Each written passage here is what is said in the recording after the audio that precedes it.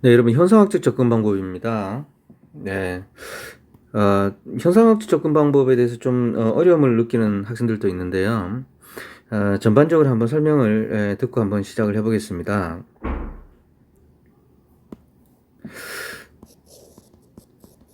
이 현상학적 접근 방법. 첫 번째, 먼저 이 연구에 대한 어떤 연구 방법에 대한 한번 가지를 틀 필요가 있는데요. 여러분 고등학교 때 배웠듯이 연구 방법에는 이 양적 접근과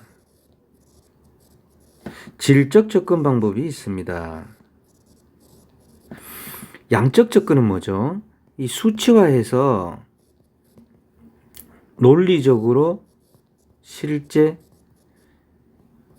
증명하는 바탕을 둔 겁니다. 주로 다 그런 건 아닌데 주로 양적 접근 방법은 계량화한 수치로 실제 증명하는 겁니다. 이게 주로 양적 접근 방법이고요. 우리가 배웠던 게 뭐 있었죠? 행태주의가 있었죠. 앞에서 배운 이런 접근 방법을 하고요. 질적 접근 방법은 실제로 증명하는 게 아니라 현실을 이해하고 기술하는 겁니다. 있는 그대로 현상을 있는 그대로 기술하는 거. 이게 질적 접근 방법입니다. 사회과학의 아주 전혀 다른 접근 방법이죠. 이건 사실 이 미국적인 연구 방법이고 이건 유럽적인 연구 방법이라고 볼 수가 있는데, 자, 일단 현상학은 연구 방법론으로서 이 질적 접근 방법, 이해와 기술이라는 질적 접근 방법으로 접근을 하게 됩니다. 그런 의미에서 이런 접근 방법이나 행태주의, 논리 실증주의, 결국 이런 것들은 비판하는 겁니다. 그죠? 이런 것들은 비판합니다. 그래서 이런 질적 접근 방법이 주로 추구하는 게 뭐냐면 인간의 주관적 의식이에요.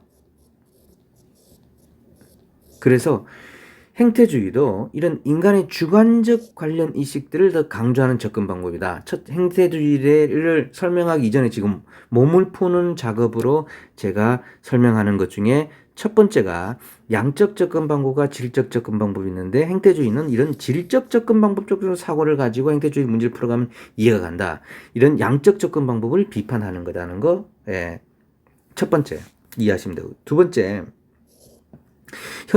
제가 모든 이론은 언어를 보고 일단 이해를 해야 된다면서 여기 현상학에서 설명하는 이 현상이 뭐냐는 거죠. 현상학에서 설명하는 이 현상이란 게 도대체 무엇을 현상이라고 설명하는 거냐, 무엇을 현상이라고 설명하는 거냐. 이 현상이란 건요, 자, 여기에 무엇이 있단 말이에요. 여기 어떤 물체가 있다면 이 물체가 있는 그대로의 현상이 아니라 이 물체에 나의 정서와 감정이 투여돼서 내가 느끼는 게 현상이에요. 다른 말로 더 쉽게 말하면, 우리가, 자, 여기에, 문이 하나 있습니다. 그죠? 이게 손잡이고요. 이게 문이에요. 문입니다. 그런데 그냥 문을 문으로 인식할 수도 있고요.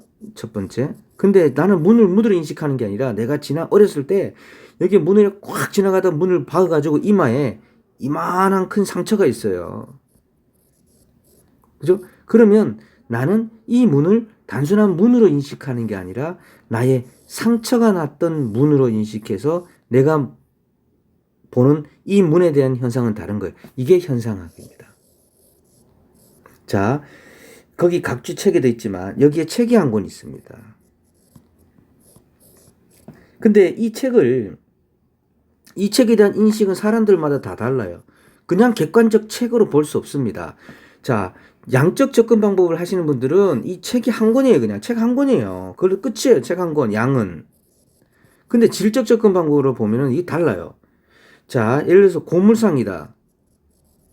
이 책 갖다가 팔아야 되겠네? 이렇게 보죠. 중고상이다. 그렇게 보는 거죠. 근데 학생이다. 그러면 뭐예요?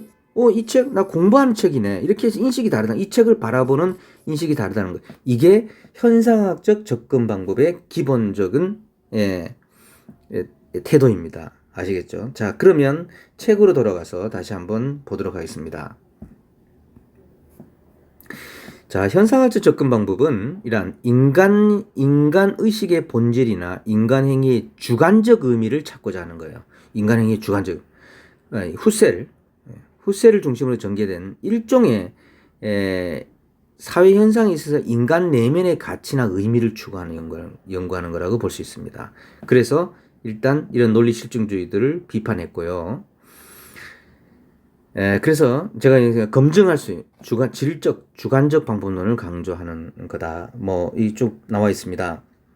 하나의 어떻게 보면은 이거는 인식론이라고 볼 수 있겠어요. 오히려 하나의 인식론으로 바라보는 게 바를 수도 있겠다. 뭐 이렇습니다. 그래서 그러면 교수님 지금까지 얘기는 좋습니다. 그러면 지금 의의를 읽어봤는데요. 그렇다면 현상학적으로 바라보면 그러면 행정을 어떻게 바라본다는 거예요? 도대체? 자, 여기 한 명이 주민이 있습니다. 시민이 있습니다.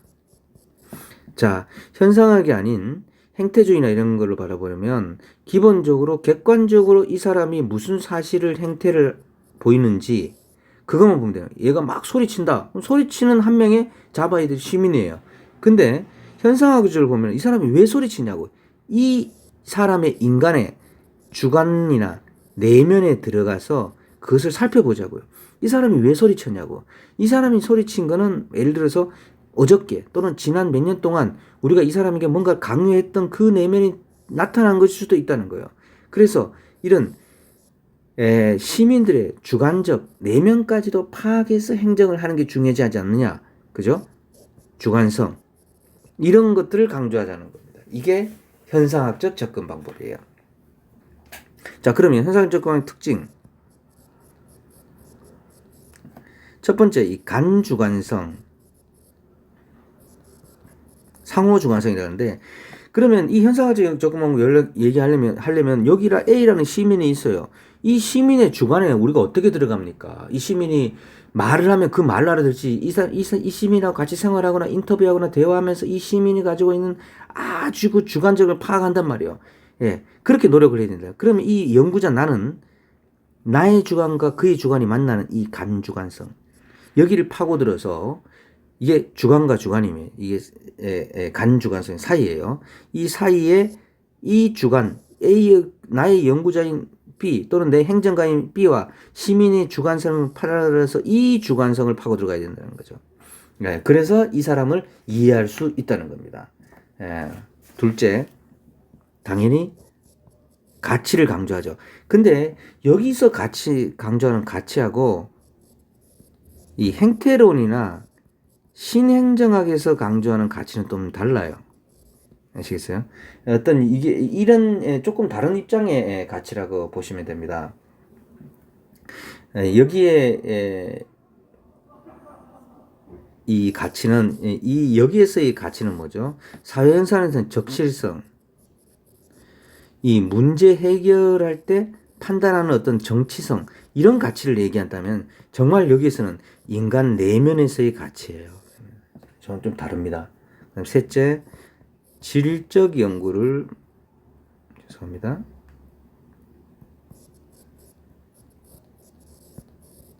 지향한다. 네. 이게 현상학적 접근 행정학이 어떻게 적용될 것이냐 보는 첫째, 뭐 가치 문제, 인간의 가치 문제, 사람들이 어떻게 생각하느냐. 그 다음에 사회 문제 해석을 하는데 표면적 해석을 할까요? 아니죠. 표면적으로 해석하지 않고 그 사회를 바라보는 인간의 인식, 내면, 이 주관성까지 바라보서 사회 문제를 해석한다는 거죠. 그래서 중요한 게 인간성 회복이나 주체성, 인간의 주체성, 그 인간의 주체성 굉장히 강조합니다. 그래서 만약에 이거 행정 실무에서 적용한다면은 우리가 아까 봤듯이 여기에 민원인이 한 사람 왔다. 그냥 단순한 저 민원인 한 명이네 이렇게 보는 게 아니라 저 사람이 어떤 느낌이 있는지 이 감정이입의 방법으로 할 수 있지 않느냐라는 거죠. 할 수 있겠어요? 쉽지 않겠죠. 네. 자, 그래서 우리가 유용성의 한계를 봐야 합니다.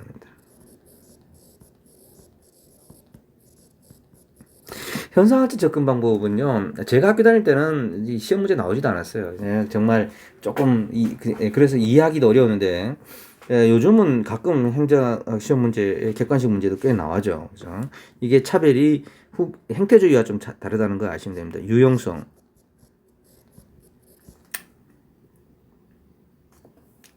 일종의, 시민의 의식, 내면, 이런 것들을 행정의 영역으로 끌어들였다라는 거죠. 그죠? 행정의 영역으로. 그래, 중요하고요. 둘째, 최근에 우리가 이제 다음 시간에 배우게 되는데만 신공공 서비스론에서는 이 시민을 중요시합니다.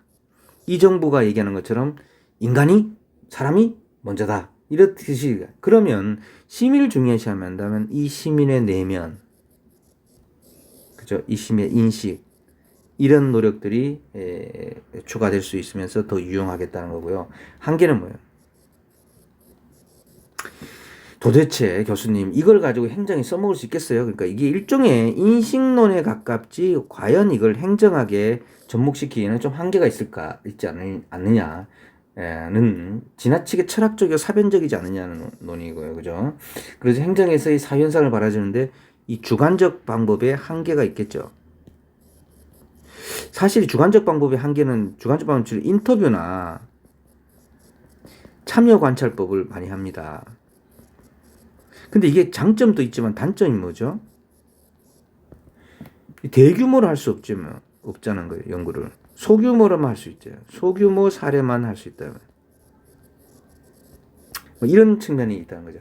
그래서 이 현상학적 접근 방법은 뭐 최근에도 가끔씩 많이 무슨 질문을 하는 경우가 있습니다만은 일단 인간의 내면에 파고드는 내면을 연구하는 방법론이라고 생각하시면 되고 첫 번째 봤듯이 양적 접근, 질적 접근 방법의 하나의 좀 더 깊이 있는 연구이다 이렇게 보시면 되겠습니다.